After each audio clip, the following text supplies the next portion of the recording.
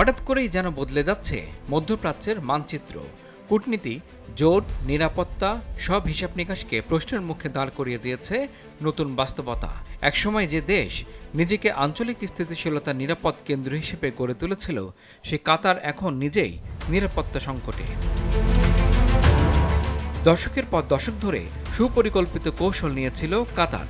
বিশাল gas সম্পদ, আন্তর্জাতিক বিনিয়োগ, শক্তিশালী কূটনৈতিক সম্পর্ক সব মিলিয়ে এমন এক অবস্থান তৈরি করেছিল যেখানে কেউ সহজে তাদের স্পর্শ করার সাহস পেত না।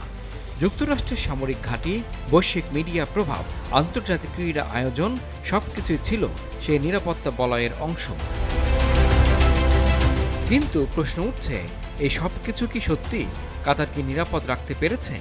সাম্প্রতিক সংঘাতে ইরান ও ইসরায়েলের উত্তেজনা যখন চরমে, তখন সেই আগুনের আঁচ এসে পড়েছে কাতারের উপরও। ইরানের পাল্টা প্রতিক্রিয়ায় কাতারের গুরুত্বপূর্ণ গ্যাস অবকাঠামো লক্ষ্যবস্তু হওয়ায় বড় ধাক্কা খেয়েছে দেশটি। বিশেষজ্ঞরা বলছেন, এতে গ্যাস উৎপাদনের বড় অংশ দীর্ঘ সময়ের জন্য ক্ষতিগ্রস্ত হতে পারে, যা বৈশ্বিক জ্বালানি বাজারেও প্রভাব ফেলবে।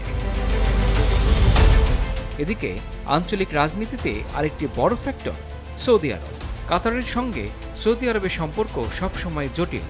একদিকে ভৌগোলিক নির্ভরতা, অন্যদিকে প্রভাব বিস্তারের লড়াই। 2017 সালের অবরোধ দেখিয়েছে এই সম্পর্ক কতটা ভঙ্গুর হতে পারে।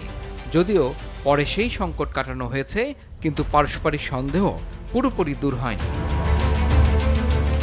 বিশেষ করে মধ্যপ্রাচ্যের নেতৃত্বের প্রশ্নে সৌদি আরব নিজেকে প্রধান শক্তি হিসেবে প্রতিষ্ঠা করতে চায়। আর কাতারের স্বাধীন কূটনৈতিক অবস্থান, যেখানে তারা একই সঙ্গে যুক্তরাষ্ট্র, ইরান এবং বিভিন্ন গোষ্ঠীর সঙ্গে যোগাযোগ রাখে, তা সৌদির জন্য অস্বস্তিকর।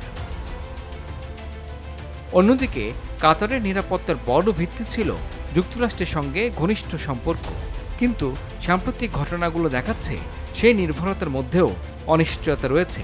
আঞ্চলিক উত্তেজনা যখন বেড়ে যায়, তখন বড় শক্তিগুলোর অগ্রাধিকার দ্রুত বদলে যেতে পারে। সবচেয়ে বড় উদ্বেগের জায়গা হলো ইরান ইস্যু। ইরানের সঙ্গে উত্তেজনা শুধু সামরিক নয়, এটি কৌশলগত এবং আদর্শিক দ্বন্দ্ব। কাতার একদিকে ইরানের সঙ্গে অর্থনৈতিক ও ভৌগোলিক বাস্তবতায় জড়িত, অন্যদিকে পশ্চিমা জোটের অংশ। ফলে দুই দিক সামলাতে গিয়ে তারা এক ধরনের ঝুঁকির মধ্যে পড়ে গেছে। বিশ্লেষকেরা বলছেন, আগের মতো সব পক্ষের বন্ধু হয়ে থাকা এখন আর নিরাপদ কৌশল নয়, কারণ বর্তমান বাস্তবতায় সংঘাত এতটাই দ্রুত ও অনিয়ন্ত্রিতভাবে ছড়াচ্ছে যে নিরপেক্ষ অবস্থানও ঝুঁকিপূর্ণ হয়ে উঠছে। এই পরিস্থিতিতে বড় প্রশ্ন, কাতার কি তার পুরনো কৌশল ধরে রাখতে পারবে, নাকি নতুন বাস্তবতায় নিজেদের নিরাপত্তা ও অবস্থান পুনর্গঠন করতে হবে? ইমরুল হাসান, RTV।